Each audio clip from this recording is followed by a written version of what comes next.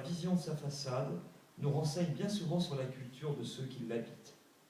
Elle peut être nue, restant ainsi mystérieuse pour le passant, ou bien par son décor, parfois même son exubérance, nous renseigner sur la situation sociale de ses propriétaires.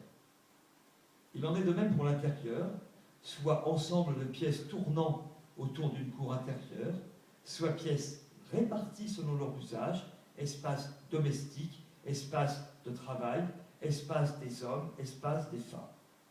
Le patio,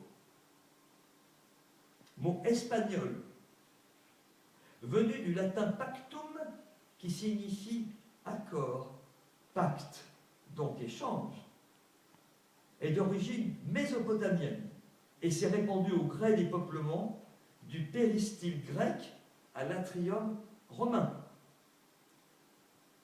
puis au riad marocain. Riad voulant dire jardin, et l'on retrouve là l'idée de paradis développée précédemment. En ville, donc riad marocain, ou bien dans cette mechta algérienne, ici. La maison traditionnelle est bâtie avec des matériaux locaux, soit utilisés tels quels, comme la pierre, la paille, le bois, soit transformés en briques, plâtre ou chaux. Et l'artisan utilise ces matériaux selon les conditions locales, les adaptant aussi bien au climat, en introduisant par exemple des mouches à râpier favorisant la ventilation, qu'à la culture dominante, en construisant par exemple des entrées en chicane qui permettent de séparer l'espace public de celui qui sera réservé à la sphère privée.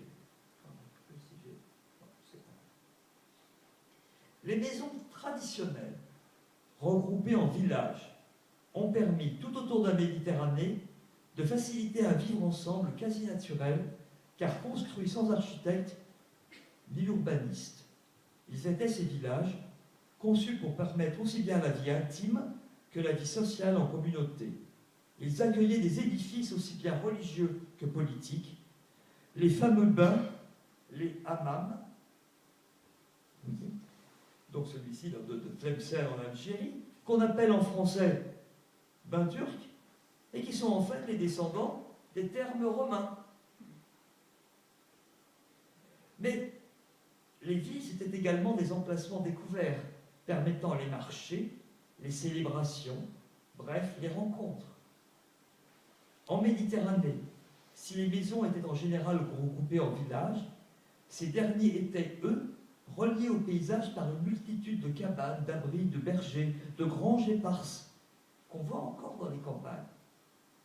L'ensemble relié par tout un réseau de chemins, de sentiers, sur lesquels on se croisait, on discutait, on échangeait nouvelles, et pourquoi pas sentiments.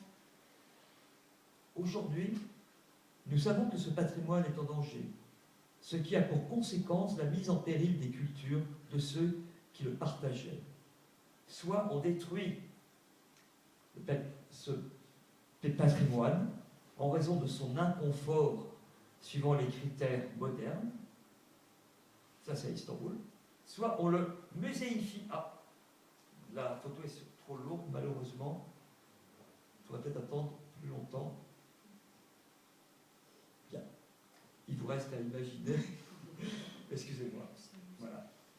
Donc, mais vous pouvez très bien imaginer ce que je veux dire, donc soit on détruit, soit on le muséifie, et la France de ce côté-là est très à la pointe de ce mouvement, pour des raisons touristiques et donc mercantiles, en chassant les habitants, soit enfin les habitants eux-mêmes acculturés, le dénaturent. Ouais, c'est le but d'Alexandrie.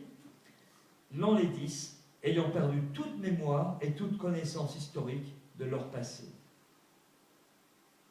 La grande ville méditerranéenne, celle dans laquelle ont été construits en général les magnifiques édifices religieux évoqués précédemment, était souvent une ville cosmopolite, ayant abrité au cours des siècles 1000 émigrations, ça ne date pas d'aujourd'hui, dues aux situations économiques, religieuses ou politiques. À Marseille ou à Alexandrie, pour ne prendre en exemple que ces deux villes, vivent ou vivaient pour Alexandrie, hélas, des populations très mélangées, venues de toutes les terres de la Méditerranée. Aujourd'hui, de nombreux villages se dépeuplent et leur population vient s'agglutiner dans les grandes villes, créant dans l'urgence des bidonvilles, plus ou moins insalubres, des cités faites de briques et de broc, dont les habitants ne peuvent intégrer le vivre ensemble, régnant encore dans le centre des villes. L'exemple le plus frappant est le Caire, ville que je connais bien, où la population d'origine paysanne est désormais plus nombreuse que la citadine.